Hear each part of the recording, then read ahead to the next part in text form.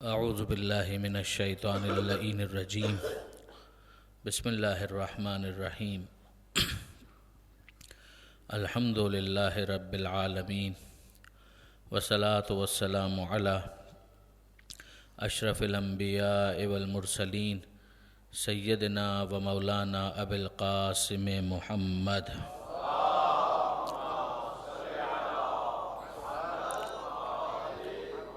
وأہل بیتہ الطیبین الطاہرین المعصومین المظلومین المنتجبین المنتخبین المیامین لا سیما علی الامام المنتظر والحجۃ الثانی عشر الذین اذهب اللہ عنہم الرجس وطہرہم تطہیرا۔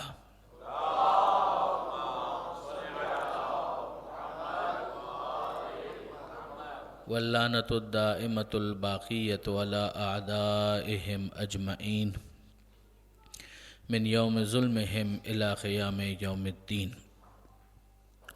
اللہم انا نرغب الیک فی دولۃ کریمہ تعز بها الاسلام واہلہ وتذل بها النفاق واہلہ وتجعلنا فیہا من الدعاة الی طاعتک والقادۃ الی سبیلک وترزقنا بها کرامۃ الدنیا والآخرہ۔ رب اشرح لی صدری ویسر لی امری واحلل عقدۃ من لسانی یفقہوا قولی واجعلنی خالصا لوجہک الکریم یا اللہ۔ صلوات علی محمد۔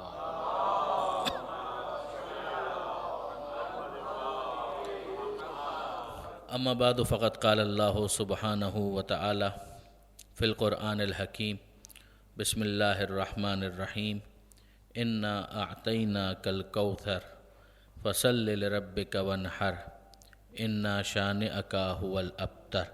صلوات علی محمد وآل محمد۔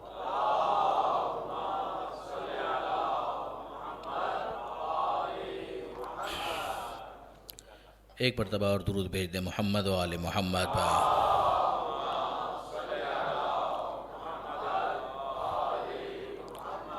برادران عزیز و خاران محترم، 5 مجلسوں کے اس اختتام کے ساتھ تیمم کا وقت ختم ہوا اور کل سے انشاءاللہ وضو کا سامان آپ کے لیے فراہم کر دیا جائے گا۔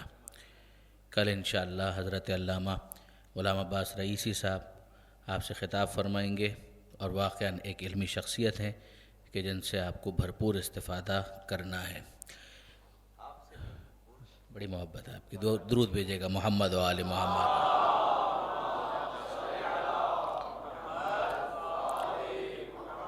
سورہ کوثر کے ذیل میں ہم نے اپنی گزارشات آپ کے سامنے پیش کرنے کی کوشش کی۔ خاتون جنت حضرت بی بی فاطمہ زہرا سلام اللہ علیہا، بی بی کی سیرت، بی بی کے فضائل، بی بی کے مصائب، یہ وہ موضوعات ہیں کہ جن کے اوپر گفتگو ہوتی ہے اور ہونی چاہیے، اور بی بی کی زندگی سے ہمارے لیے کیا درس ہے کہ جو ہم حاصل کر سکتے ہیں، وہ لیسنز کیا ہیں جن کو ہم سیکھ سکتے ہیں۔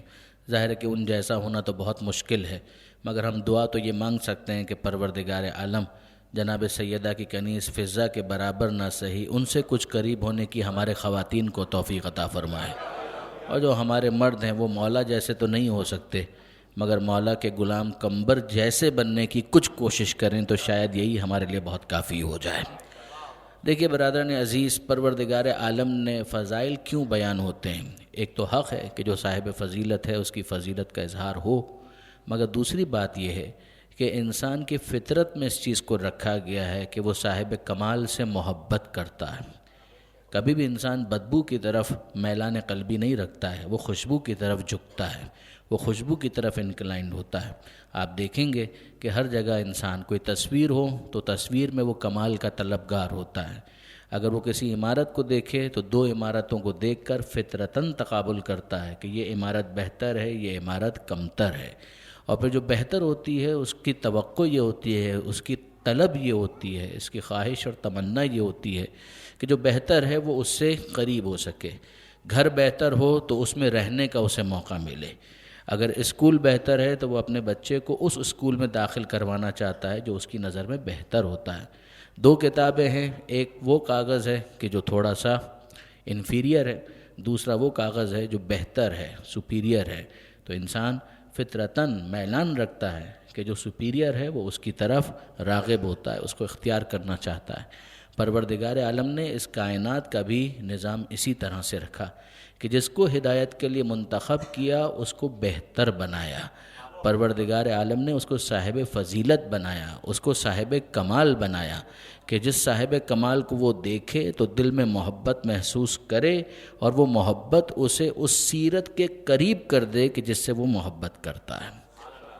یہ پروردگار عالم نے نظام قائم کیا. بے شک پروردگار عالم کے نظام کے اندر بشارت بھی ہے، انذار بھی ہے کہ جہاں پر خوشخبری دی جاتی ہے کہ یہ اگر تم نیک کام کرو گے تو یہ جنت کی نعمتیں تمہاری منتظر ہیں. بے شک یہ ہے پروردگار عالم کی طرف سے انذار بھی ہے، وارننگ بھی ہے کہ اگر تم نے برے کام کیے تو یہ جہنم کی آگ ہے جو تمہاری منتظر ہے. مگر آپ غور فرمائیے کہ یہ تمام تر چیزیں اپنی جگہ، انسینٹیوز میں سب سے بڑا انسینٹیو یہ ہے کہ یہ وہ افراد ہیں کہ جو صاحبان کمال ہیں، یہ میرے منتخب بندے ہیں، یہ وہ ہیں کہ جنہیں میں نے چن لیا. اب ان کے کمال کا تقاضا یہ ہے کہ اگر تمہارا ذوق سلیم ہے، اگر تمہاری فطرت صحیحہ ہے تو تمہیں ان سے محبت کرنی ہے، اور محبت کا تقاضا یہ ہے کہ جو ان کا عمل ہو تمہارا عمل اس سے قریب ہوتا چلا جائے.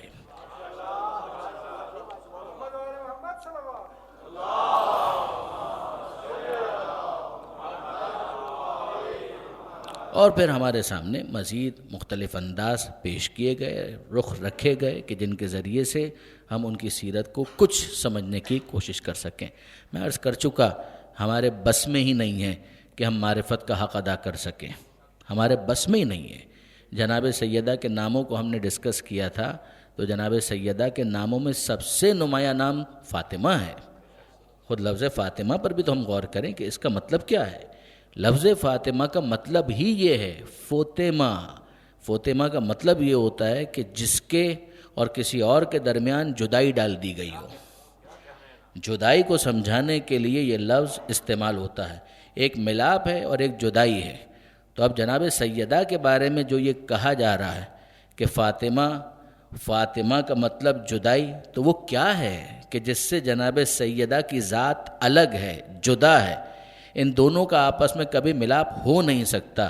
تو معصومین نے جو اس کو سمجھایا اور ان کے کلام کی روشنی میں علماء کرام نے جو اس کو انٹرپریٹ کیا ہے تو اس میں آپ دیکھیں گے کہ یہ لکھا ہوا آپ کو ملے گا کہ فاطمہ زہرا مختلف وہ چیزیں ہیں کہ جن سے بالکل جدا ہیں.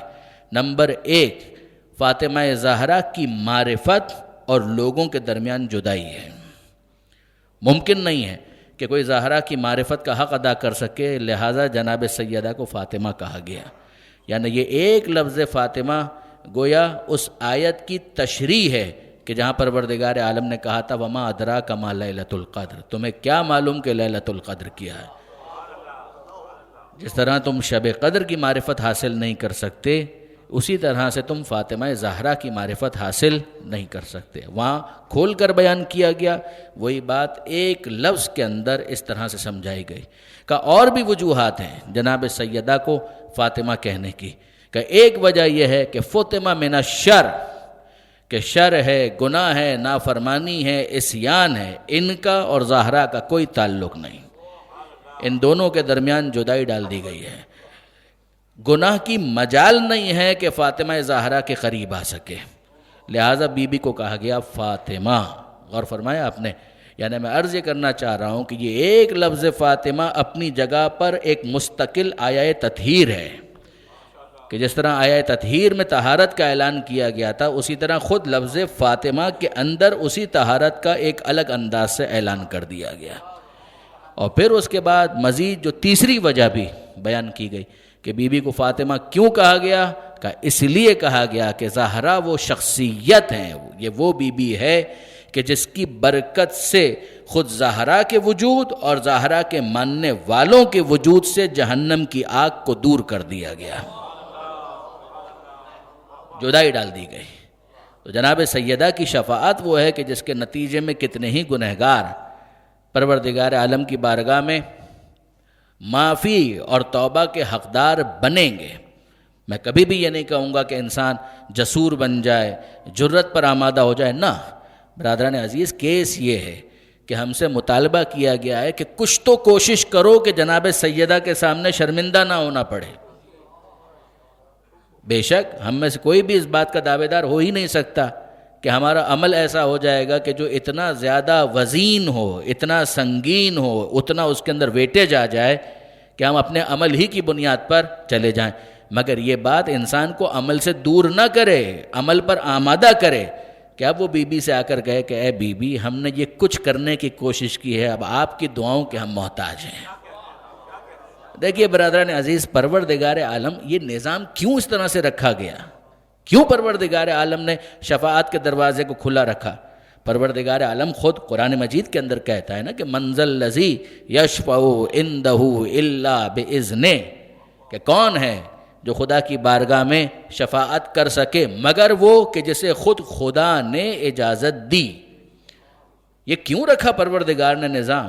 پروردگار اپنے بندوں سے محبت کرتا ہے، پروردگار اپنے بندوں کو رحمت کا مستحق بنانا چاہتا ہے۔ وہ پروردگار جو رحمتیں نازل کرنا چاہتا ہے وہ بہانے سے بخشتا ہے، کسی کو رحمت کے ذریعے سے بغیر کسی اور وجہ کے بخش دیتا ہے، کسی کی توبہ قبول کر دیتا ہے، بخش دیتا ہے، کسی کے لیے معصومین کی شفاعت کا پروردگار، میں جرت کر کے یہ جملہ کہہ رہا ہوں، منتظر رہتا ہے کہ اگر یہ میرے بندے ان کے لیے دعا کر دیں، خدا کے علم میں سب کچھ ہے، مگر اگر یہ میرے بندے ان کے لیے دعا کر دیں تو میں ان کی دعا قبول کر کے ان کے اعزاز کا اعلان کر دوں گا، ان کی مغفرت کا اعلان کر دوں گا،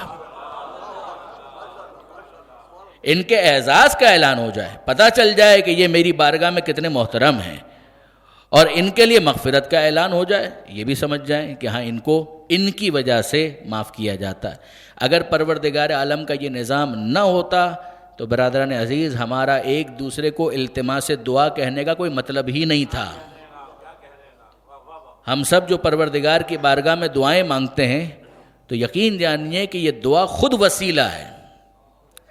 کبھی پھر اس کی تفصیل انشاءاللہ، مگر آپ غور کیجئے کہ ہم دعا مانگ کے پروردگار کے علم میں اضافہ کرتے ہیں، معاذ اللہ، تو خدا کے علم میں تو ہے، تو پھر پروردگار کیوں چاہتا ہے کہ خدا کی بارگاہ میں دعا کی جائے؟ جو میں نے کل گزارش کی تھی کہ دعا طالب بھی ہے، دعا مطلوب بھی ہے، اور پھر پروردگار عالم یہ چاہتا ہے کہ اسی دعا کو وسیلہ بنا کر ان کی مغفرت کا اہتمام کر دیا جائے۔ تو اب آپ مجھے بتائیے کہ ایک دوسرے کے لیے عام مومنین تو دعا کر سکتے ہیں، تو کیا محشر میں جناب سیدہ مومنین کے لیے دعا نہیں کر سکتی ہیں؟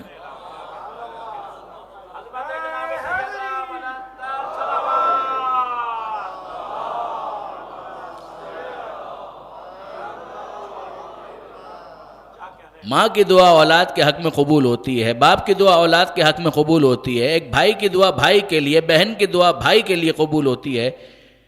یہ جتنے مومنین ہیں ان کی دعائیں ایک دوسرے کے لیے قبول ہوتی ہیں، ہو سکتی ہیں، امکان قبولیت موجود ہے، کہیں پر زیادہ کہیں پر کم۔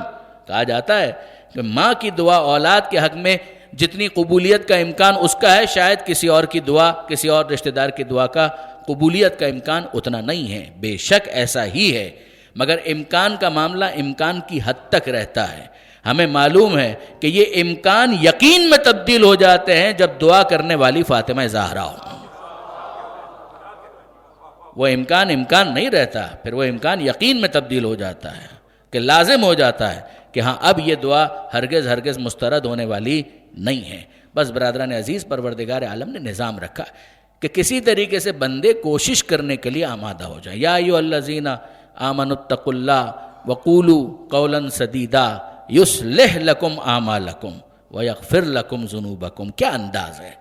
پروردگار فرماتا ہے اے ایمان لانے والوں، اللہ کا تقوی اختیار کرو، اتقوا اللہ وقولوا قولا سدیدا، اور بات کرو سیدھی اور صاف بات کرو، خواہ خواہ لگی لپٹی رکھنے کی ضرورت نہیں ہے، بات کرو سیدھی اور صاف بات کو، بدتمیزی مت کرو، با اخلاق طریقے سے بات کرو، مگر سیدھی اور صاف بات کرو۔ نہ جھوٹ بولنے کی ضرورت ہے، نہ خواہ خواہ اس بات کو کسی اور انداز سے پیش کرنے کی ضرورت ہے، نہ بات کرو سیدھی اور صاف۔ کیا ہوگا؟ پروردگار تمہیں کیا دے گا؟ یہ تو تم سے مطالبہ ہے۔ اللہ کا تقوی اختیار کرو 1، بات کرو سیدھی اور صاف 2، جواب میں پروردگار تمہیں کیا دے گا کہ یصلح لکم اعمالکم، تمہیں پہلا تحفہ یہ دے گا کہ جو تمہارے عمل کے اندر کمی ہوگی اس کی اصلاح کر دے گا، وَيَغْفِرْ لَكُمْ ذُنُوبَكُمْ، اور تمہارے گناہوں کی مغفرت بھی کر دے گا۔ دیکھیے برادران عزیز کیا فرق ہے ان دو کے درمیان، ایک تو ہے گناہ کا تو مطلب ہی یہ ہے کہ کام غلط ہوا، اور ایک ہے عمل جو عمل صالح ہے مگر اس کے اندر کجی ہے۔ پروردگار عالم فرماتا ہے تم کوشش تو کرو، تم تقوی اختیار کرنے کی کوشش تو کرو، صحیح بات کہنے کا ہنر اپنے اندر پیدا تو کرو۔ اب اس کے بعد کیا ہوگا؟ خدا تم پر تمہاری ماؤں سے زیادہ مہربان ہے، خدا تمہارے اجداد سے زیادہ تم پر مہربان ہے۔ اب وہ کرے گا کیا؟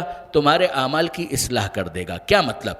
اب آپ ذرا دیکھیے، کبھی آپ نے دیکھا ہے کہ بچہ ڈرائنگ کرتا ہے تو اب وہ ڈرائنگ کرے گا تو آپ اس سے کیا توقع کرتے ہیں کہ صادقین کا جو ماسٹر پیس ہوگا ویسا وہ بنا کر لائے گا؟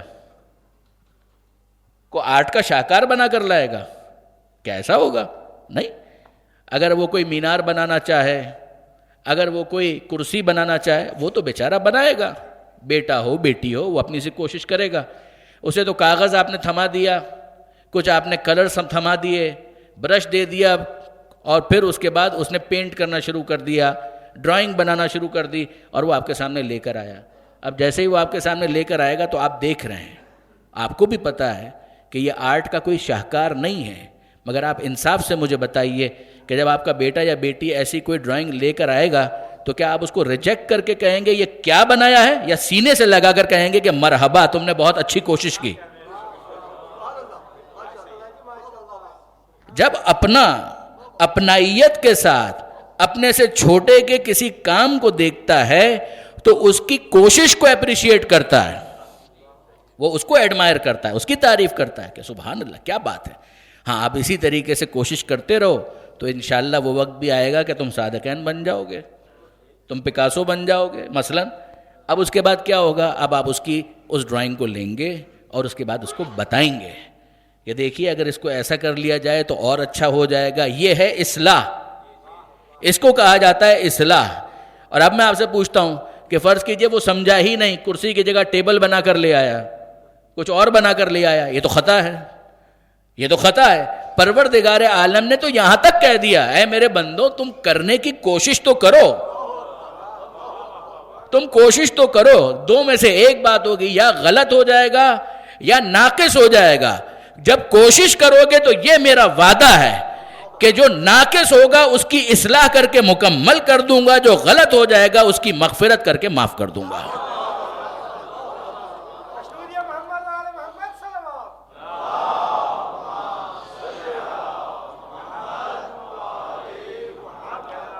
اب وہ جو معاف کرنے کا نظام ہے اسی کے اندر جناب سیدہ اور معصومین کی شفاعت بھی شامل ہے کہ تم کوشش کرو۔ اب اس کے بعد یہ بھی ایک انداز ہے، یہ ہمارا ڈیزائن ہے، یہ ہے وہ ہاؤ کہ جو ہم تمہیں سمجھانا چاہتے ہیں، یہ ہے وہ سسٹم جو ہم تم کو سمجھانا چاہتے ہیں، ہم نے یہ رکھا ہے کہ اب اس کے بعد یہ بھی ہمارے لیے اتنی محترم ہے کہ اگر تم اس کے دامن سے وابستہ ہو گئے تو پھر تم اپنے ان کاموں کی اصلاح بہت آسانی کے ساتھ کر پاؤ گے۔ کیٹلسٹ تمہارے پاس آ جائے گا جس کے ذریعے سے تمہاری توبہ کی قبولیت کا امکان بڑھ جائے گا، جس کی وجہ سے بی بی کو ایک نام رکھا گیا شفیعہ، شفیعہ شفاعت کرنے والی۔ خود پیغمبر اکرم کے لیے کہا گیا شفیع روز جزا، شفیع یوم جزا، کہ قیامت کے دن شفاعت کرنے والے۔ مگر وہ کیا اہتمام ہے، انشاءاللہ تقریر کے اختتام پر وہ بات مزید آئے گی۔ مگر غور فرمائیے برادران عزیز، لفظ فاطمہ کے اندر اتنی وسعت ہے کہ کم سے کم وہ 3 رخ ہمارے سامنے علماء کرام نے بڑی محنت کی ہے۔ کتابیں اگر آپ دیکھیں جو جناب سیدہ پر لکھی گئی ہیں، علماء کرام نے فصاحت و بلاغت کے دریا بہا دیے۔ پھر آپ آگے بڑھ کر دیکھیے، بی بی ہی کے ناموں کے اندر ایک نام ہمیں نظر آتا ہے زہرا۔ زہرا کا مطلب ہے روشن، نورانی۔ وہ بی بی جو حجاب میں رہی مگر اس کا نور اتنا روشن کہ بحر الانوار کے اندر یہ جملہ موجود ہے کہ جس طرح زمین والوں کو آسمان پر ستارے جگمگاتے ہوئے نظر آتے ہیں، جب زہرا مصلی عبادت پر ہوتی تھی آسمان والوں کو زمین پر زہرا کا نور اسی طرح سے دکھائی دیتا تھا، جس کی وجہ سے بی بی کو کہا گیا زہرا۔ اور بھی توجیحات کی گئیں مگر ایک وجہ یہ بیان کی گئی زہرا۔ اور پھر اس کے بعد کیا عجیب انداز، یہ ختمی مرتبہ احمد مجتبیٰ محمد مصطفیٰ صلی اللہ علیہ وآلہ وسلم یہ فرماتے ہیں جناب مریم کے ساتھ، یاد رکھیے گا جناب مریم بہت محترم خاتون ہے، کبھی بھی یہ نہ سمجھا جائے کہ ہم یہ کہہ رہے ہیں کہ جناب مریم کا کوئی مرتبہ نہیں، بہت بڑا مرتبہ ہے۔ مادر عیسیٰ چنیدہ خواتین کے اندر شامل ہیں، ان کا بہت بڑا مرتبہ ہے، مگر بے شک ان کی سعادتوں میں یقیناً سب سے بڑی سعادت یہ ہوگی کہ وہ بھی جناب سیدہ کی سیادت کے ماتحت ہیں، انہیں اس پر کوئی افسوس نہیں ہوگا، وہ اس بات پر خوش ہوں گے کہ وہ بھی تحت سیادت خاتون جنت ہیں۔ اور اب ذرا دیکھیے کہ ایک جملہ استعمال ہوا قرآن مجید کے اندر کہ ان اللہ اصطفاک وطہرک واصطفاک علی نساء العالمین، تو جناب مریم کے لیے جملہ ہے کہ ملائکہ نے آ کر ان کو مخاطب کر کے یہ کہا کہ اللہ نے آپ کو چن لیا، آپ کو پاکیزہ قرار دیا اور عالمین کی عورتوں پر آپ کو چن لیا۔ یہی تو وہ جملہ ہے کہ جس کی وجہ سے پیغمبر اکرم نے وضاحت فرمائی کہ وہ سیادت تھی اپنے زمانے کی عورتوں کے لیے، کہ اس زمانے کے اندر عالمین میں جتنی خواتین تھیں ان کی سیادت ملی مریم کو۔ اور اب پیغمبر اکرم نے وہ فرمایا کہ جو میں پہلے عرض کر چکا کہ کانت مریم سیدۃ نساء زمانہا اما ابنتی فاطمہ، جہاں تک میری بیٹی زہرا کا تعلق ہے تو اولین اور آخرین میں کوئی خاتون ایسی نہیں ہے جو تحت سیادت فاطمہ نہ ہو۔ ایک رخ تو یہ، اور دوسرا رخ کہ پیغمبر اکرم فرماتے ہیں، بہار میں ہے یہ حدیث کہ 70,000 ملائکہ جب خاتون جنت مصلی پر آتی اور عبادت کے لیے کھڑی ہوتی تو 70,000 ملائکہ نازل ہو کر یہی انداز اختیار کرتے ہوئے ارشاد فرماتے، کہتے کہ اے شہزادی کونین، اے فاطمہ زہرا، ان اللہ اصطفاک، اللہ نے آپ کو چن لیا، وطہرک، آپ کی طہارت کا اعلان کیا، واصطفاک علی نساء العالمین، اور عالمین کی عورتوں کو آپ کے تحت سیادت قرار دیا، آپ کو ان سب کے اوپر سردار قرار دیا۔ 70,000 ملائکہ یہ اعلان کرتے ہیں۔ اللہ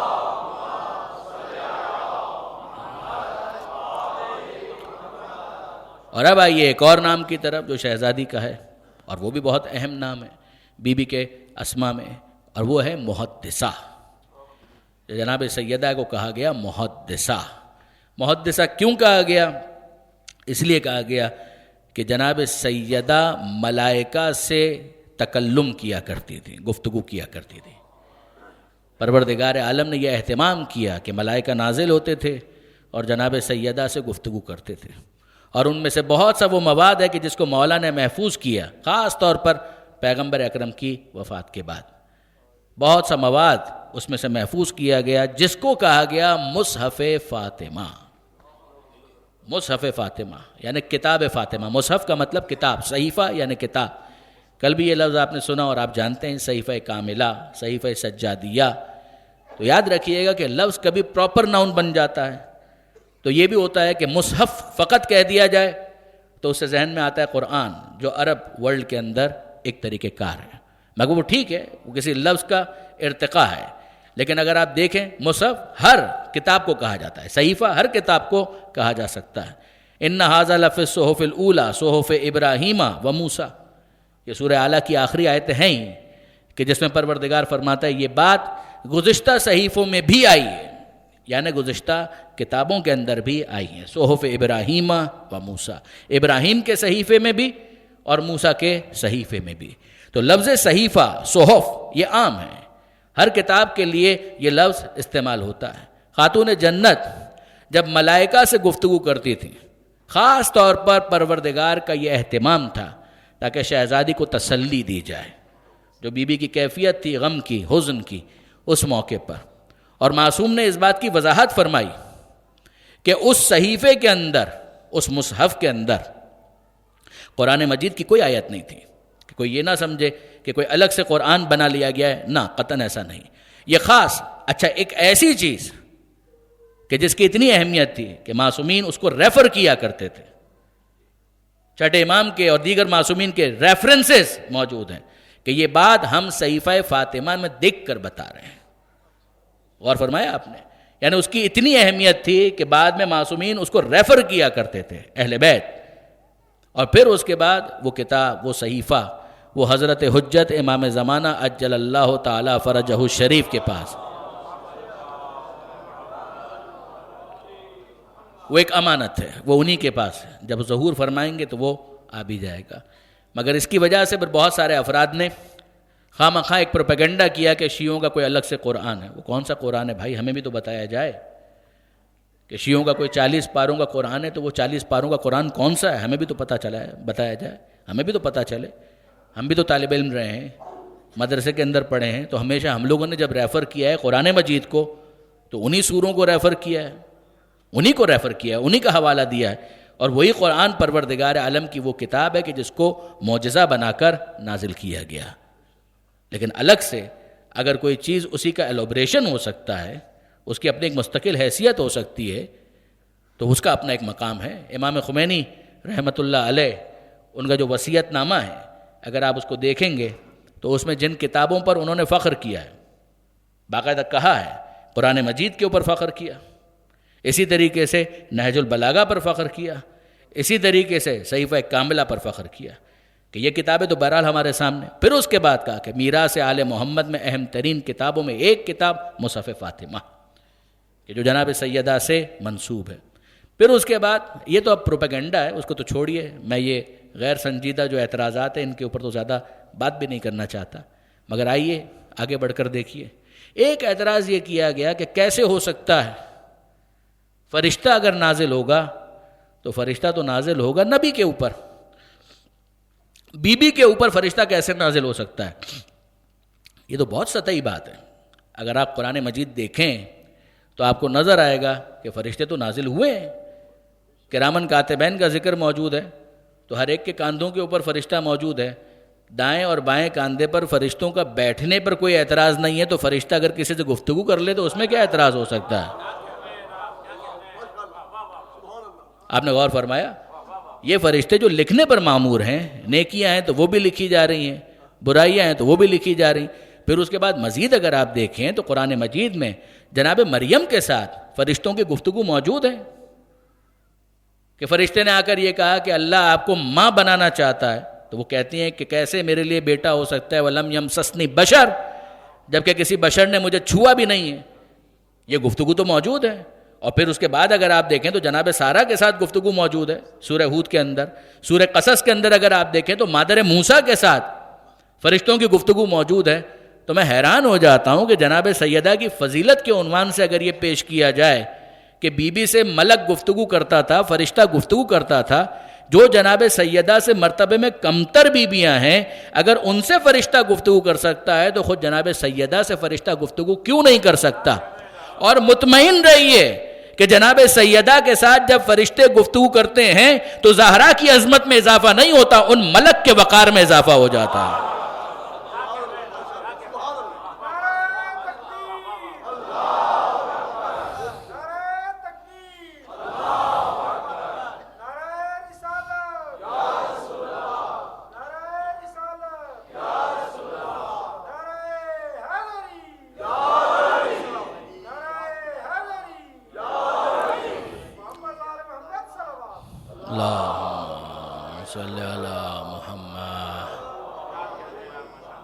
تو اب جناب سیدہ کے ناموں کے اندر یہ نام بھی بالکل موجود ہے، اور اس میں کسی قسم کا کوئی مسئلہ بھی نہیں ہے، کوئی شرمندگی بھی نہیں ہے، بلکہ فخر ہے کہ ہم اس بی بی کے ماننے والے ہیں کہ جن سے فرشتے آ کر گفتگو کیا کرتے تھے، شرف حاصل کیا کرتے تھے.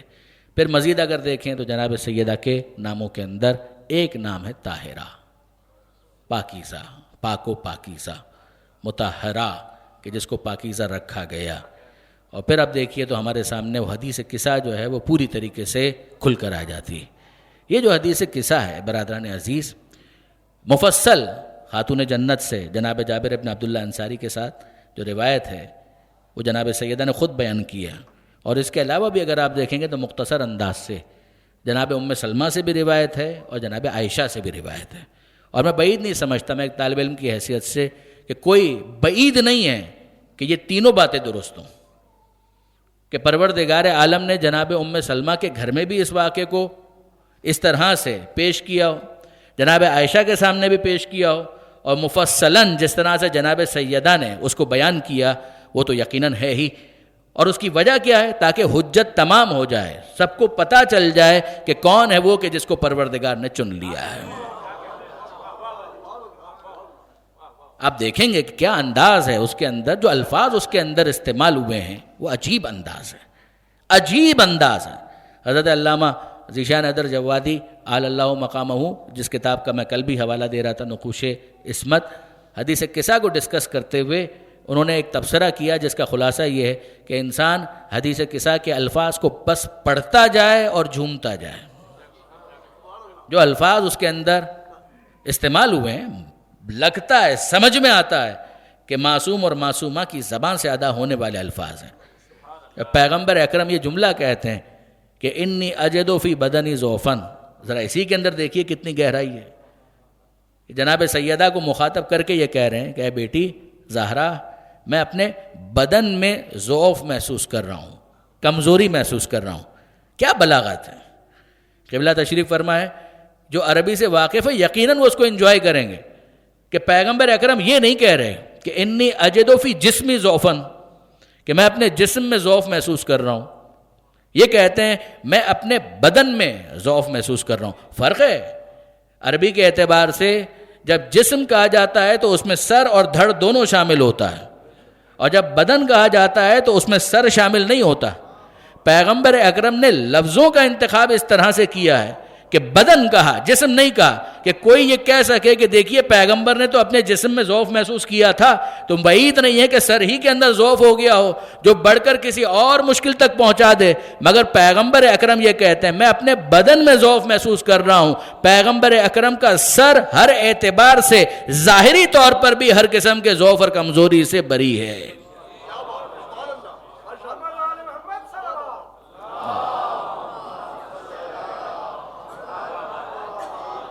اور پھر اس کے بعد کہا جا رہا ہے ایتینی بالکساء الیمانی فغطینی بہ، اے میری بیٹی، اے میری لخت جگر، میرے لیے ایک چادر لے آؤ. کساء یمانی، یمن کی چادر، اس کا خاص اہتمام تھا آل محمد کے گھرانے میں.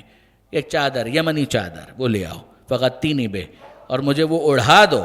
جناب سیدہ فرماتی ہیں کہ میں لے آئی اور میں نے اپنے بابا کو وہ چادر اڑھا دی. اب یہ اہتمام ہے، یہ چادر کے ذریعے سے اہتمام خاص ہو رہا ہے کہ جس کے بعد پھر وہ اعلان ہونا ہے. اب آپ دیکھیے اس کے بعد جناب سیدہ اپنے بابا کو چادر اڑھاتی ہیں. کچھ دیر کے بعد حسن تشریف لاتے ہیں، پھر اس کے بعد امام حسین تشریف لاتے ہیں. انداز آپ دیکھیے، السلام علیک یا امہ، اے مادر گرامی ہمارا سلام قبول کیجیے. اور اب آپ اس کے بعد، یہ ہے تہذیب آل محمد کہ اگر سلام ہو تو پھر جواب کس طرح سے دینا ہے. بچے ان چیزوں، دیکھیے معصومین تو معصومین ہیں، مگر یہی تو وہ چیزیں ہیں کہ جس کے ذریعے سے ہم کو سکھایا جا رہا ہے کہ تہذیب آل محمد کیا ہے.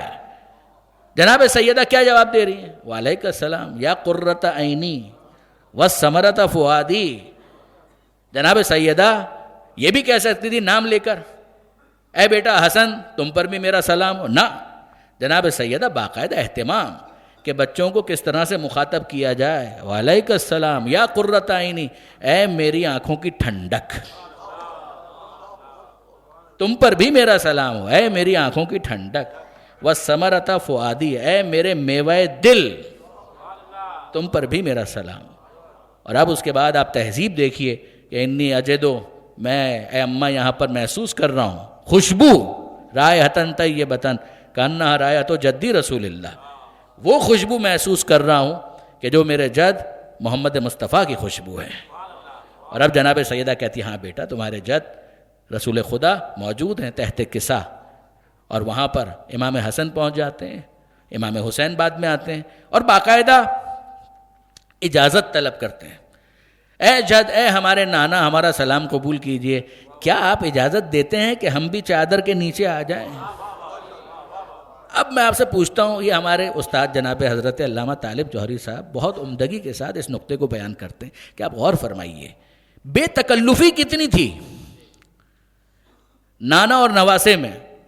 حسن اور حسین کی اپنے نانا کے ساتھ کتنی بے تکلفی ہے. اتنی بے تکلفی ہے کہ اگر مسجد میں پیغمبر اکرم سجدے میں ہے تو پشت پر آ کر بیٹھ جاتے ہیں. اس وقت تو اجازت نہیں لی. غور کرنے والی بات ہے کہ اس وقت تو اجازت نہیں لی. پیغمبر اکرم حالت سجدہ میں ہے، حسن بھی آ گئے حسین بھی آ گئے، دونوں سے یہ واقعہ ملتا ہے. مشہور زیادہ امام حسین کے حوالے سے، مگر دونوں شہزادوں کا ملتا ہے کہ حسن آ کر بیٹھ گئے پشت پر، کبھی امام حسین آ کر بیٹھ گئے. اور اب آپ دیکھتے ہیں کہ بے تکلفی اتنی ہے، کوئی اجازت نہیں، آ کر بیٹھ گئے، میرے نانا ہیں، بیٹھ گئے. اور اب سجدہ جو ہے وہ طولانی ہو رہا ہے. پیغمبر اکرم سجدے کو توڑتے نہیں ہیں، بتانے کے لیے. وہی والی بات کہ اگر صرف نواسے کی محبت میں یہ سجدہ طولانی ہو رہا ہوتا تو یقین جانیے برادران عزیز کہ جتنے پیش امام ہیں ان سب کے لیے مستحب قرار پاتا کہ کبھی ان کا نواسا اگر پشت پر آ کر بیٹھ جائے تو وہ بھی سجدے کو طولانی کریں. مگر یقین جانیے کہ یہ نواسے کی محبت میں نہیں ہو رہا. پیغمبر سمجھانا چاہتے ہیں کہ یہ نبوت کی پشت پر امامت سوار ہے.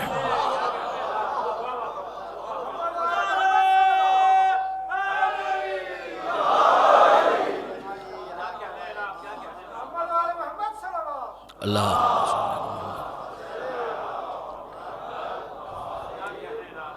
تو اب بات تو وہیں پر رہ گئی کہ بے تکلفی اتنی ہے کہ پیغمبر اکرم کی پشت پر سوار ہو جاتے ہیں. وہاں تو اجازت نہیں لی اور یہاں پر اجازت لی جا رہی ہے. امام حسن بھی آ کر کہتے ہیں اتاذن لی، نانا جان کیا اجازت ہے. امام حسین بھی کہتے ہیں اے جد اتاذن لی، کہ آپ مجھے اجازت دیتے ہیں. وجہ کیا ہے؟ وجہ یہی ہے کہ آیت تطہیر نازل ہونے والی ہے.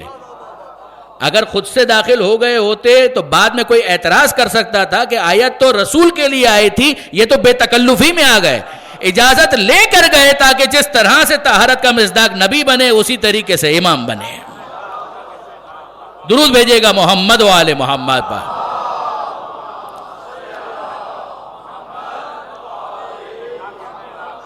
اور اب برادران عزیز سلسلہ آگے بڑھتا ہے. امیر المومنین تشریف لاتے ہیں اور پھر اس کے بعد جناب سیدہ سے جو گفتگو ہے، باہمی احترام، بینہما برزخ لا یبغیان، جو کل پرسوں جو بات ہوئی تھی، انتہائی شفقت بھی ہے، اپنائیت بھی ہے، احترام بھی ہے. گفتگو ہوتی ہے، جناب سیدہ بتاتی ہے بالکل بابا وہاں پر موجود ہیں. امیر المومنین آتے ہیں، اجازت طلب کرتے ہیں، چادر کے نیچے وہ بھی چلے جاتے ہیں. اور پھر آخر میں جناب سیدہ آتی ہیں، وہ بھی اجازت طلب کرتی ہیں اور چادر کے نیچے سب کے سب جمع ہو گئے. اور اب پیغمبر اکرم ہاتھ اٹھاتے ہیں. دیکھیے برادران عزیز آپ غور فرمائیے. اب دعا کیا ہے؟ اللہم ہؤلاء اہل بیتی، اے پروردگار یہ ہیں میرے اہل بیت.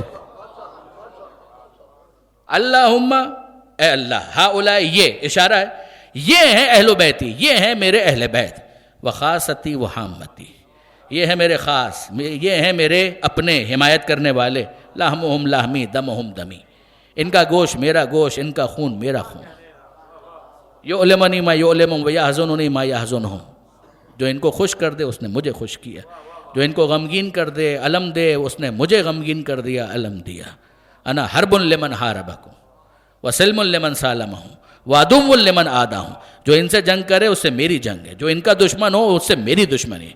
اور پھر اس کے بعد وہ جملہ دعا بن کر پیش کیا جاتا ہے جس کے نتیجے میں بعد میں پروردگار نے آیت تطہیر نازل کی. مگر رکیے، یا میں سوال رکھنا چاہتا ہوں اور پھر کہہ رہا ہوں ایک طالب علم کی باتیں ہیں علماء کرام کی گفتگو کی روشنی میں، مگر باتیں ذرا سنیے.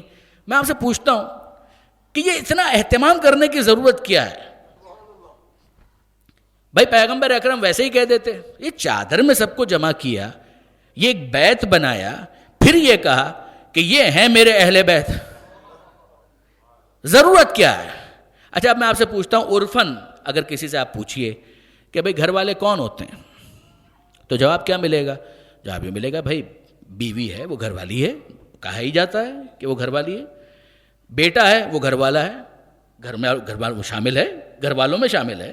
آپ کے فیملی ممبرز کون کون ہیں؟ یہ سب نام آ جائیں گے. بیٹا بھی آ جائے گا، بیٹی بھی آ جائے گی، بھائی بھی آ جائے گا، بہن بھی آ جائے گی. لارجر کانٹیکس کے اندر فیملی ممبرز کے اندر آپ کو سب کو شامل کریں گے. ماں کو بھی شامل کر لیں گے، باپ کو بھی شامل کر لیں گے، یہ سب فیملی ممبرز ہیں. بیوی بھی ہے، عرفن بالکل ہے، بیٹا بھی ہے، بیٹی بھی ہے. ایسا ہے یا نہیں؟ ہے تو ایسا ہی برادران عزیز. لیکن اب آپ سے میں پوچھتا ہوں، مجھے ایک بات بتائیے، ایک ہے عرفن یعنی عام طور پر کس طریقے سے ایک لفظ کا معنی لیا جاتا ہے، اور ایک ہے اصطلاح خاص. جب کوئی چیز ٹرمنالوجی میں استعمال ہوتی ہے تو پھر اس کا ایک مطلب خاص ہو جاتا ہے. میں کہیں دور آپ کو لے کر نہیں جاؤں گا، صرف ایک لفظ پر غور کیجئے. لفظ ہے مجلس. اگر آپ لغت کے اعتبار سے دیکھیں تو ہر بیٹھک کو مجلس کہا جا سکتا ہے. ہر بیٹھک کو کہ یہ مجلس ہے، بیٹھنے کی جگہ جہاں پر جلوس ہو جائے. اب اردو کے اندر جلوس کہتے ہیں پروسیشن کو، مگر عربی کے اعتبار سے ایسا نہیں ہے. جلوس یعنی بیٹھ جانا، جلسہ اسی سے نکلا ہے. مجلس بیٹھنے کی جگہ، مسجد سجدہ کرنے کی جگہ. لیکن اگر آپ سے میں کہوں کہ میں مسجد جا رہا ہوں تو کیا آپ یہ سمجھیں گے کہیں پر بھی جہاں جا کر یہ نماز پڑھ لیں گے اس کی بات کر رہے ہیں؟ نہیں. اس سے آپ کے ذہن میں آئے گا وہ خاص ایک عمارت کہ جس کو بنایا ہی اس مقصد کے لیے گیا ہے کہ جہاں پر سجدہ کیا جاتا ہے، نماز پڑھی جاتی ہے. اگر میں آپ سے کہوں میں مجلس میں جا رہا ہوں تو کیا آپ یہ سمجھیں گے کہ کہیں پہ 4-5 دوست جمع ہیں اور بیٹھک لگائے بیٹھے ہیں تو یہ وہاں پر جا رہے ہیں؟ ایسا نہیں ہے. وہاں پر یہی سمجھا جائے گا کیونکہ اب یہ لفظ مجلس ترقی کر گیا ایک خاص مطلب کے لیے، خاص وہ بیٹھک کہ جہاں پر لوگ آ کر بیٹھیں گے، اور سب سے اہم چیز کہ وہاں پر ذکر حسین ہوگا. ذکر حسین کی مجلس. اب آپ ذکر حسین نہ بھی کہیں، صرف مجلس کہیں، ذہن میں فوراً وہی آتا ہے. آپ نے غور فرمایا؟ یہ تو ہوتا ہے لفظوں کے اندر اسی طریقے سے ہوتا ہے. جو لنگوسٹکس کے ماہرین ہیں وہ ظاہر ہے کہ اس بات کو بہت اچھی طریقے، ماہر لسانیات وہ جانتے ہیں، اور ہم سب کا مشاہدہ بھی یہی ہے. تو اب کیس یہ ہے کہ ایک ہے ہمارا مشاہدہ، بیوی بھی گھر والوں میں شامل ہے، بیٹا بھی گھر والوں میں شامل ہے. مگر اب میں کیا کروں کہ پروردگار عالم نے قرآن مجید کے اندر اس طرح سے اظہار کیا ہے کہ کہیں پر بیوی کو گھر والوں میں شامل کیا ہے، کہیں پر نکال دیا ہے. پروردگار عالم نے قرآن مجید کے اندر آپ کو ملے گا بیٹے کو بھی گھر والوں سے خارج کر دیا. اب یہ معنی فقط عرفی نہیں رہا، کہیں دور جانے کی ضرورت نہیں. ایک ہی سورہ ہے، سورہ ہود، اسی کو آپ دیکھ لیجئے. قرآن مجید کا 11واں سورہ، سورہ ہود. پروردگار عالم نے اس کے اندر جناب نوح علیہ السلام کا ذکر کیا، اور جناب نوح علیہ السلام کا ذکر کرتے ہوئے یہ ارشاد فرمایا کہ نوح نے بڑی محنت کی قوم کو ہدایت دینے کی، قوم نے ہدایت قبول نہیں کی. حکم خدا کے ماتحت حضرت نوح علیہ السلام نے کشتی بنانا شروع کی، اور جب کشتی بن رہی تھی قوم پھر بھی مذاق اڑا رہی تھی. یہ کیا کر رہے ہو؟ نبوت کے بعد بڑائی کا کام شروع کر دیا. معاذ اللہ، تفسیروں میں یہ لکھا ہوا ہے. وہ تمسخر کر رہے تھے، مذاق اڑا رہے تھے. جب کشتی بن گئی تو حضرت نوح علیہ السلام نے صاحبان ایمان کو اس پہ سوار کیا. بیٹا کھڑا ہوا تھا. حضرت نوح علیہ السلام نے کہا یا بنیا ارکب معنا، اے بیٹا ہمارے ساتھ شامل ہو جاؤ، سوار ہو جاؤ، کافروں کے ساتھ مت رہو. لا تکن مع الکافرین، ارکب معنا، ہمارے ساتھ سوار ہو جاؤ. تو اس نے کیا جواب دیا؟ یہ جواب بھی بہت عجیب ہے. اس نے کہا کہ سآوی الی الجبل یعصمنی من الماء، میں تمہاری کشتی میں نہیں آ رہا، میں چڑھ جاؤں گا پہاڑ کے اوپر، وہ مجھے بچا لے گا. مجھے نہیں معلوم کہ یہ پہاڑ پر چڑھنے کی رسم کتنی پرانی ہے.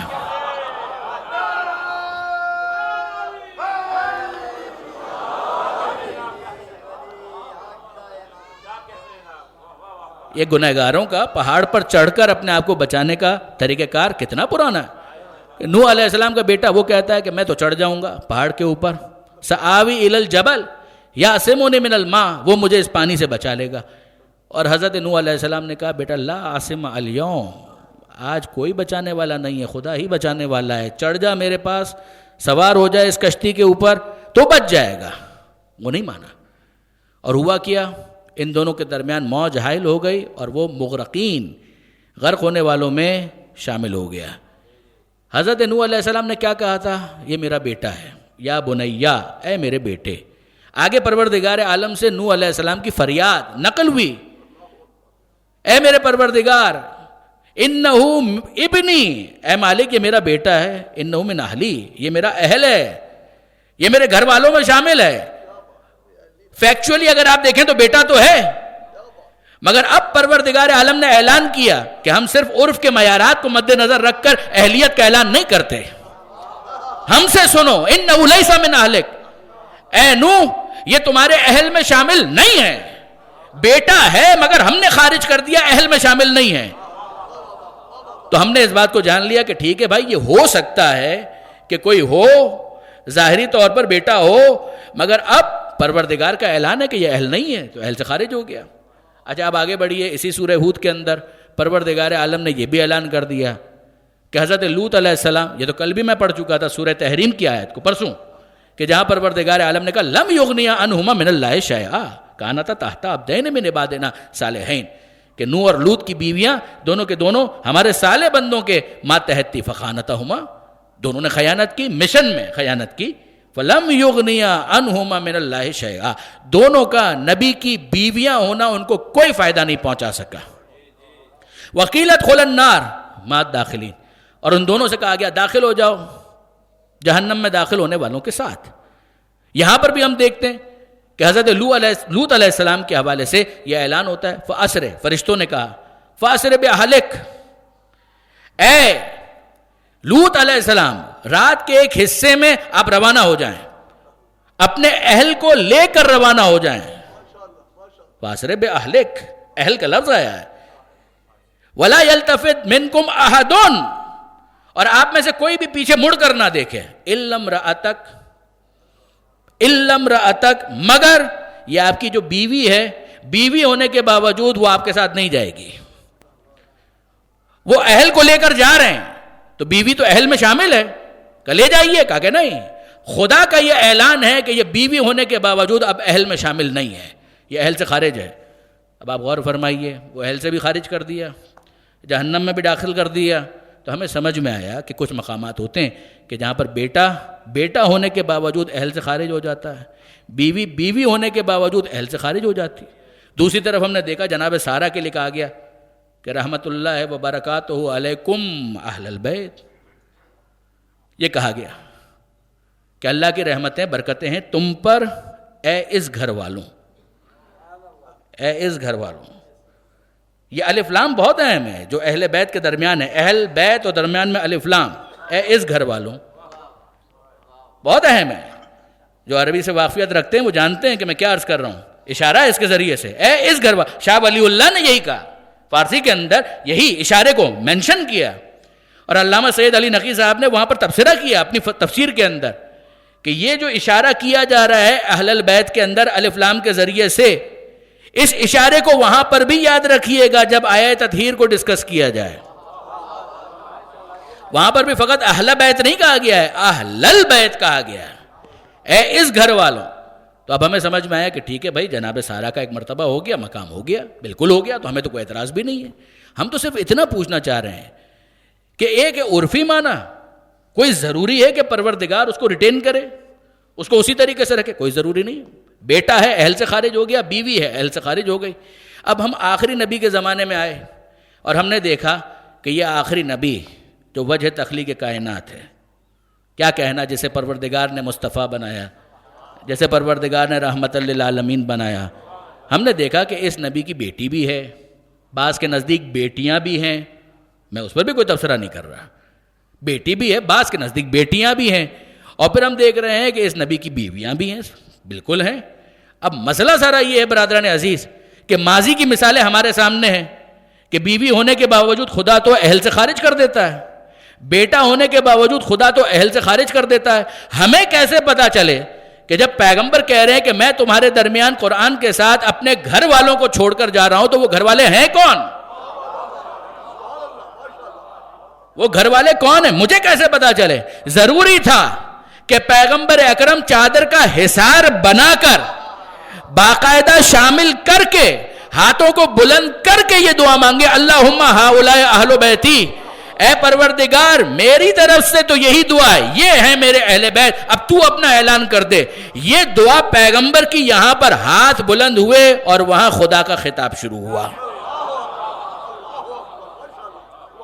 یا ملائکتی و یا سکان سماواتی، اے میرے ملائکہ سنو، یا سکان سماواتی، اے ساکنان عرش سنو، انی ما خلقت سماء مبنیہ ولا ارضا مدحیہ ولا قمرا منیرا ولا شمسا مضیہ ولا فلکا یدور ولا بحرا یجری الا فی محبت ہؤلاء الخمسہ الذین هم تحت الکسا. اے ملائکہ، اے ساکنان عرش، سنو میری بات. یہ جو تم دیکھ رہے ہو کہ میں نے آسمان کو خلق کیا، یہ جو تم دیکھ رہے ہو کہ میں نے زمین کا فرش بچھایا، یہ جو تم دیکھ رہے ہو کہ میں نے آسمانوں کو ستاروں سے مزین کیا، یہ جو تم دیکھ رہے ہو کہ سمندر تمہیں ٹھاٹے مارتے ہوئے نظر آ رہے ہیں، ان میں کشتیاں تمہیں چلتی ہوئی نظر آ رہی ہیں، یاد رکھنا ان میں سے کسی کے پاس نہ سورج نہ چاند کوئی روشنی نہ ہوتی اگر ان 5 کی روشنی مقصود نہ ہوتی جو اس وقت چادر کے نیچے موجود ہے.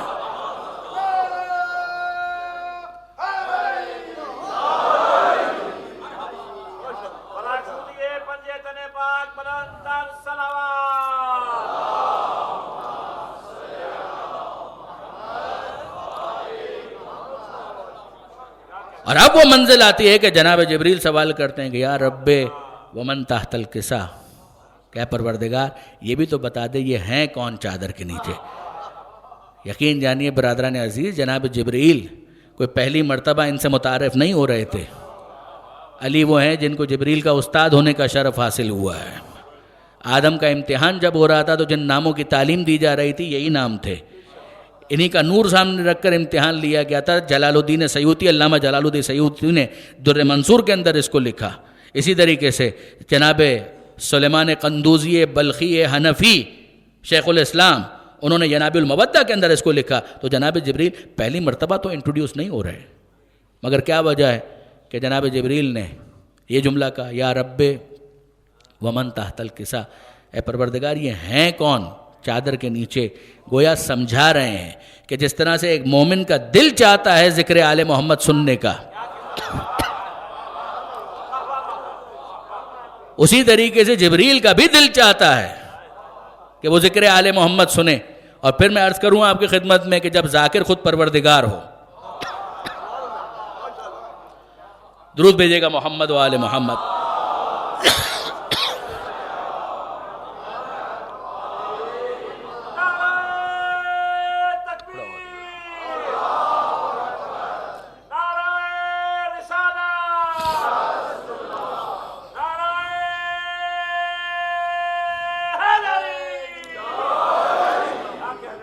جب ذاکر خود پروردگار ہو، کسی ذکر کی اہمیت کس طرح سے سمجھ میں آتی ہے.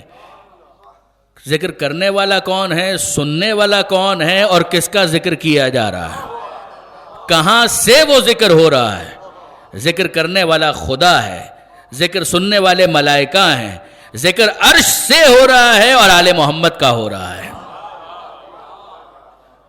یہی تو کچھ فیکٹرز ہیں کہ جن کے ذریعے سے وزن پتہ چلتا ہے کہ اس ذکر کی اہمیت کتنی ہے. یا رب ومن تحت الکسا. اب میں آپ کی خدمت میں کیا عرض کروں برادران عزیز، اس موقع پر پروردگار عالم نے جب تعارف کروایا ہے تو مرکز تعارف کس کو بنایا؟ یا رب ومن تحت الکسا، اے پروردگار یہ ہیں کون چادر کے نیچے.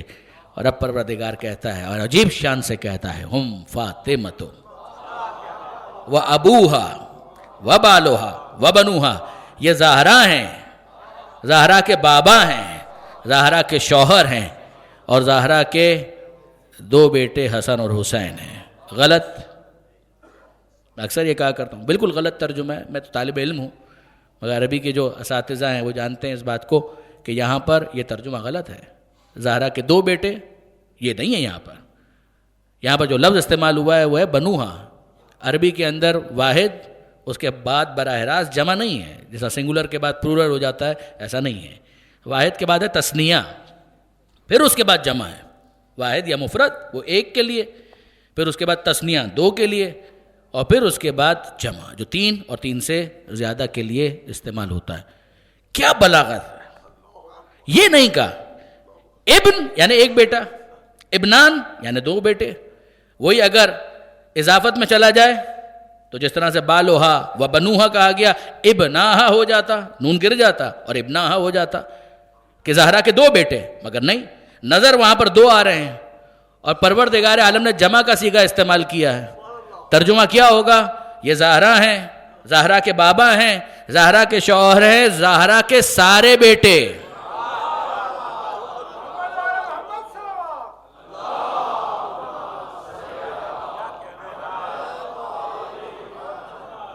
یعنی مطلب یہ نکلے گا کہ یہاں پر تمہیں نظر دو آ رہے ہیں، حسن اور حسین، مگر ذرا غور کرو صلب حسین میں 9 اماموں کا نور موجود ہے۔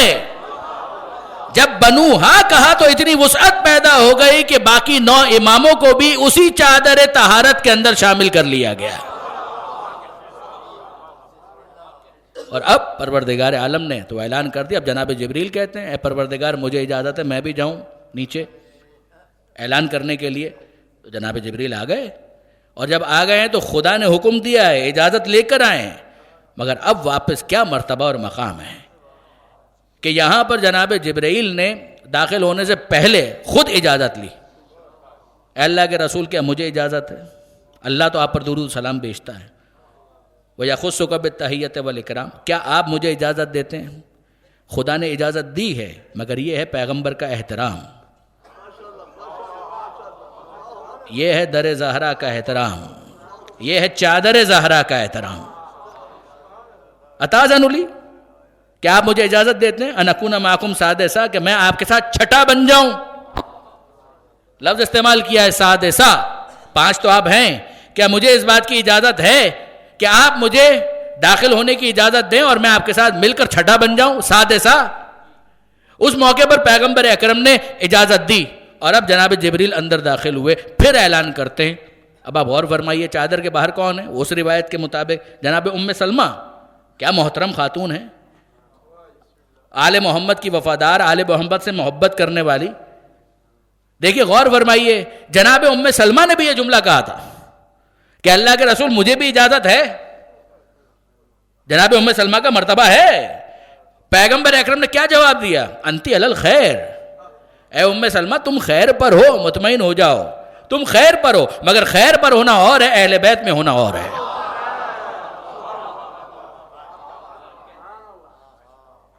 یہ روایات موجود ہیں، انتی علی الخیر، اے ام سلمہ تم خیر پر ہو۔ نتیجہ کیا نکلا؟ خیر پر ہونا اور ہے، اہل بیت میں ہونا اور ہے۔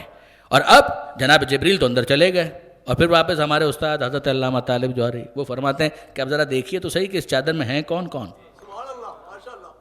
رسول ہیں سید المرسلین، علی ہیں سید الاوصیاء، سید الاولیاء، وہ رسولوں کے سردار، یہ اولیاء کے سردار۔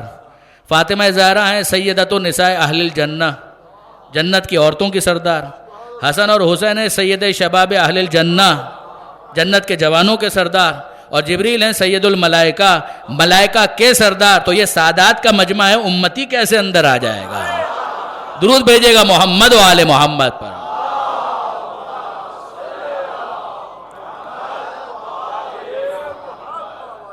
بس برادران عزیز، میں نے آپ کو بہت زحمت دی، آج وقت بھی تھوڑا میں نے زیادہ لے لیا، مگر آپ غور فرمائیے کہ کیا یہ اعلان، یہ ضروری تھا کہ پروردگار عالم کی طرف سے جب یہ اعلان ہو رہا ہو تو الگ سے اس بیت کو تعمیر کیا جائے جو اس چادر کے ذریعے سے باقاعدہ اس کا اہتمام کیا گیا۔ میں اپنے نوجوان دوستوں کو تاکید کروں گا کہ اگر وہ اس موضوع کے اوپر اس بیان کو ڈیٹیل میں پڑھنا چاہیں تو حضرت علامہ سید علی نقی صاحب کی معرکۃ الآراء تقریر ہے آیت تطہیر کے اوپر، یوٹیوب پر بھی اویلیبل ہے، ضرور سنیے۔ ہم تو ظاہر ہے کہ یہی دسترخوان ہے کہ جہاں سے کچھ ٹکڑے جمع کر کے آپ کے سامنے پیش کر رہے ہیں، مگر جن بزرگوں نے یہ کام کیا، محنت کی، ان کی کتابوں کو دیکھیے، واقعی انہوں نے کام کیا ہے۔ حضرت علامہ سید علی نقی صاحب نے اس کا حق ادا کیا ہے، اس موضوع کا، آیت تطہیر کی جس طرح سے انہوں نے تفسیر کی ہے، تو پڑھیے۔ یقیناً جو ہمارے عقائد ہیں وہ خود ساختہ نہیں ہیں، یہ بات ذہن میں رکھیے گا۔ یہ بنے بنائے ایسا نہیں ہے کہ ہم لوگوں نے اپنی طرف سے بنا لیے، نہ، ان میں سے ہر عقیدے کے پیچھے یا قرآن کی کوئی آیت موجود ہے، یا کوئی عقلی دلیل موجود ہے، یا مصطفیٰ کا فرمان موجود ہے۔ اپنی طرف سے کوئی عقیدہ اگر بنا لیا جائے تو وہ تو خود ساختہ ہے، اس کی تو کوئی حیثیت نہیں، وہ تو توہم ہے، وہ وہم ہے۔ مگر یہ عقائد جتنے بھی ہیں ان سب کے پیچھے مضبوط بنیادیں موجود ہیں، تبھی ان کو کہا جاتا ہے اصول دین، کہ یہ دین کی بنیادیں ہیں۔ بس برادران عزیز، میں نے آپ کو بہت زحمت دی، اب آئیے ذرا ان کے ساتھ تو ہم نے تعلق دیکھ لیا، جناب سیدہ کا ہے، مگر مجھے حق دیجئے البتہ میں بہت محتاط ہو کر یہ جملہ کہوں۔ جب یہ کہا گیا نا کہ بنو ہا، زہرا کے سارے بیٹے، تو ایک اور بھی ہے کہ جس کو زہرا نے اپنا بیٹا کہا ہے، وہ 9 امام تو یقیناً حسن اور حسین کے علاوہ، مگر ایک اور بھی ہے کہ جس کو زہرا نے بیٹا کہا ہے. علماء کرام بیان کرتے ہیں کہ جب حضرت ابو الفضل عباس کی ولادت ہوئی ہے نا، جب حضرت عباس اس دنیا میں تشریف لائے ہیں اور امیر المومنین باقاعدہ خدا سے دعا مانگی تھی، تو جناب ام البنین کے پاس آئے، عباس کو اپنی آغوش میں لیا اور یہ دیکھ کر کہا ہے تو بالکل ویسا ہی جیسا میں نے خدا سے مانگا تھا، بالکل ویسا ہے، اور میں اس کا نام اپنے چچا عباس ابن عبد المطلب کے نام پر عباس رکھتا ہوں. جناب زینب اتنا فاصلہ ہے، اتنی بڑی بہن ہے کہ جتنا ایک ماں اور بیٹے کے درمیان فاصلہ ہوتا ہے. جناب زینب قریب آئیں، کہا بابا یہ میرا وہی بھائی ہے کہ جس کا نام عباس ہے؟ کہا کہ ہاں زینب یہ وہی بھائی ہے. کل آئیے کچھ دیر کے لیے میرے بھائی کو میری گود میں تو دیجیے. جناب زینب نے عباس کو اپنی گود میں لیا، کانوں پر منہ رکھا اور کچھ کہنے لگی. امیر المومنین پوچھتے ہیں زینب ابھی تو بھائی اس دنیا میں آیا ہے اور ابھی سے باتیں شروع، گفتگو شروع ہو گئی بھائی کے ساتھ. مسکرائے امیر المومنین. تو جناب زینب کہتی ہیں بابا باتیں تو ہوں گی اور بہت ہوں گی، میرے اس بھائی کے ساتھ باتیں تو بہت ہوں گی، ابھی تو ایک امانت تھی، وہ امانت میں نے پہنچائی ہے. کہ کون سی امانت؟ کہ اماں فاطمہ زہرا نے کہا تھا کہ زینب تیرا ایک بھائی وہ پیدا ہوگا کہ جس کا نام عباس ہوگا، جب وہ اس دنیا میں آئے تو اسے میرا سلام پہنچا دینا. غالباً مولانا اظہر حسن زیدی صاحب اس طرح سے پڑھا کرتے تھے. عجیب کیا مرتبہ اور مقام ہے اس شخصیت کا. اچھا اب ذرا دیکھیے، آگے بڑھیے. کربلا کا واقعہ بھی ہو گیا، عباس شہید بھی ہو گئے، یہ لٹا ہوا قافلہ واپس بھی آ گیا، اور ام البنین جناب عباس کی ماں ہے نا، زہرا اور عباس، فاطمہ زہرا عباس زہرا کے بیٹے. جناب ام البنین کا مطلب ہے بیٹوں کی ماں. تو جناب ام البنین کے بہت سے بہن ہیں، چاروں بیٹے قربان ہوئے ہیں کربلا میں، اور جناب ام البنین کو اسی بات سے تسلی ہوئی ہے. جناب ام البنین نے جب وہ لٹا ہوا قافلہ آیا تھا تو پوچھا تھا حسین کی کیا خبر ہے؟ کہا بی بی آپ کا عباس مارا گیا. کہا میں نے عباس کے بارے میں سوال نہیں کیا، مجھے حسین کے بارے میں بتاؤ. کہا بی بی آپ کے چاروں بیٹے مارے گئے. کہا میں نے چاروں بیٹوں کے بارے میں نہیں پوچھا، مجھے حسین کے بارے میں بتاؤ. ام البنین کوئی مرتبہ ہے، مقام ہے اس بی بی کا. کہ بی بی آپ کا حسین بھی مارا گیا. ام البنین کو بس اس بات کی ایک تسلی ہے کہ عباس اور میرے باقی بیٹے حسین پر قربان ہوئے. اور اب ذرا سنیے، مدینہ منورہ، خدا آپ سب کو لے جائے مدینہ منورہ اور بار بار لے جائے. مدینہ منورہ، مسجد نبوی، محلہ بنی ہاشم اور جنت البقیع، بہت زیادہ فاصلہ نہیں ہے، پرانے مدینہ سے باہر تھا جنت البقیع. مروان دشمن اہل بیت ہے، مروان دشمن اہل بیت ہے. مدینے میں وہ کھڑا ہوا تھا اور اس نے دیکھا کہ محلہ بنی ہاشم ایک دروازہ کھلا، ایک نقاب پوش بی بی باہر آئیں اور جنت البقیع میں پہنچی. اس قبر کو مخاطب کیا کہ جو جناب سیدہ سے منسوب ہے. جناب سیدہ کی منسوب اس قبر کو مخاطب کیا جناب اس خاتون نے، اور کیا جملہ کہا؟ اے بی بی فاطمہ زہرا، میں آپ کو آپ کے بیٹے عباس کا پرسہ دینے آئی ہوں. میں آپ کو آپ کے بیٹے عباس کا پرسہ دینے کے لیے آئی ہوں. مروان نے یہ جملہ سنا، شہر مدینہ کا ایک رہنے والا وہیں پر جا رہا تھا، اس کو روکا اور کہا کہ بات سنو میری، اے ساکن مدینہ، مدینہ کے رہنے والے میری بات سن.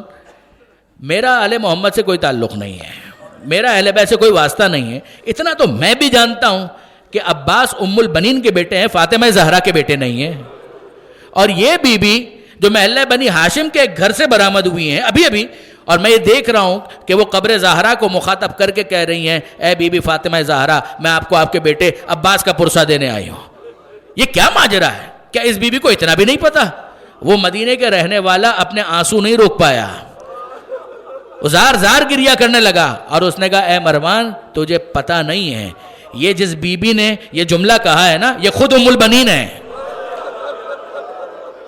یہ خود ام البنین ہے، یہ مادر عباس ہے. مگر مادر عباس بھی جانتی ہیں کہ زہرا نے اس دنیا میں آنے سے پہلے عباس کو اپنا بیٹا کہا کہ کہ میرا وہ بیٹا کہ جو میرے بطن سے نہ ہو مگر ہے میرا بیٹا. غور فرمائیے کیا مرتبہ اور کیا مقام ہے حضرت ابوالفضل عباس کا. اور اب اس کے بعد دو روایتیں سنیے, یہی زہرا اور عباس, اور میں مجلس کو مکمل کر رہا ہوں. بیت الاحزان شیخ عباس کمی کی کتاب ہے, اور یہ حدیث چھٹے امام کی اس کے اندر موجود ہے. آپ جانتے ہیں برادران عزیز, میرا یہ طریقہ کار نہیں ہے کہ میں خامہ خواہ کے ایسے جملے کہوں کہ جس سے کسی خاص تاثر کو آپ محسوس کریں نا, مگر یہ جملہ سنیے چھٹے امام کیا کہہ رہے ہیں. چھٹے امام کہہ رہے ہیں تمہیں معلوم ہے کہ قیامت کے میدان میں پہلا مقدمہ کس کا پیش کیا جائے گا؟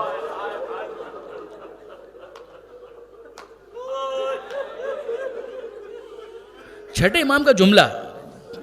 چھٹے امام فرماتے ہیں وہ آنکھ ٹھنڈی نہ ہو جو یہ بات سنے اور اس آنکھ میں آنسو نہ ہو.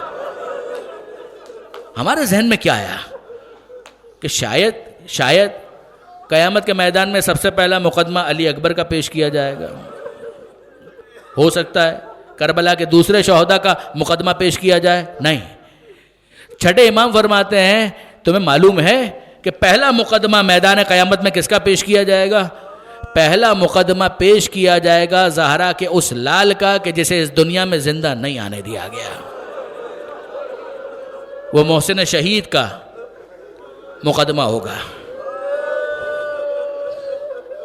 اجرکم علی اللہ, اجرکم علی اللہ. پہلا مقدمہ محسن کا ہوگا. لاشا محسن کس کے ہاتھ میں ہوگا؟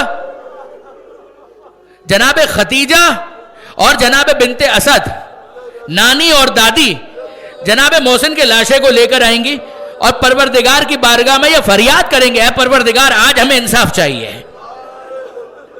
جناب ختیجہ, اے پروردگار, حق ہے کہ وہ یہ کہیں اے پروردگار اس امت کے ساتھ میں نے کیا سلوک کیا اور انہوں نے میرے محسن کے ساتھ کیا سلوک کیا, میری زہرا کے لال کے ساتھ کیا سلوک کیا. بنت اسد, حق ہے کہ وہ یہ کہیں اے پروردگار تیرا حبیب مجھے ماں کہتا تھا کہ امی بعد امی, میری ماں کے بعد میری دوسری ماں.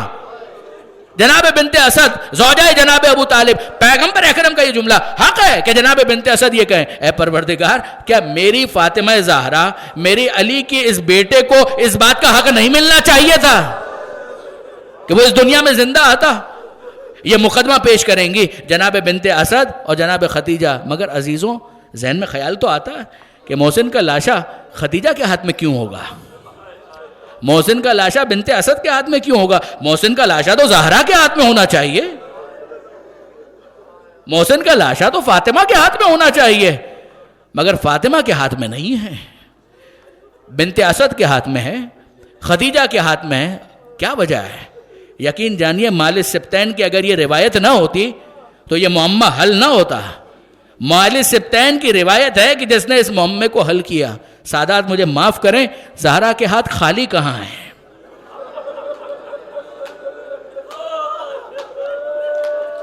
فاطمہ زہرا کے ہاتھ خالی کہاں ہیں؟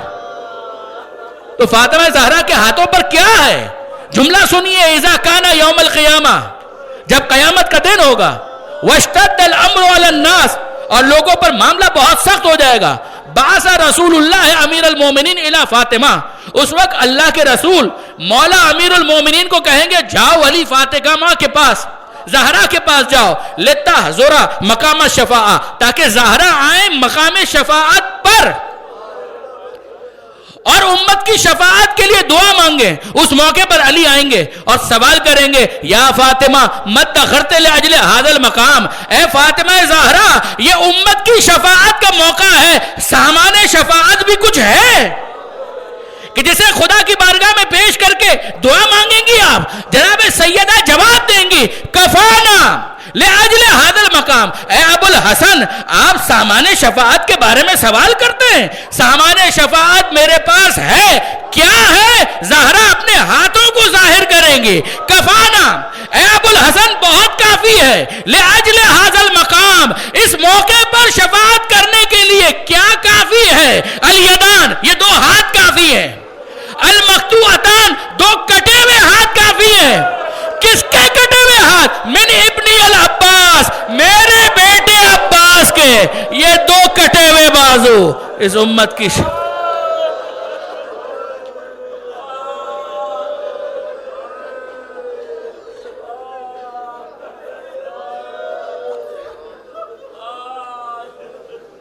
الا ولانۃ اللہ علی القوم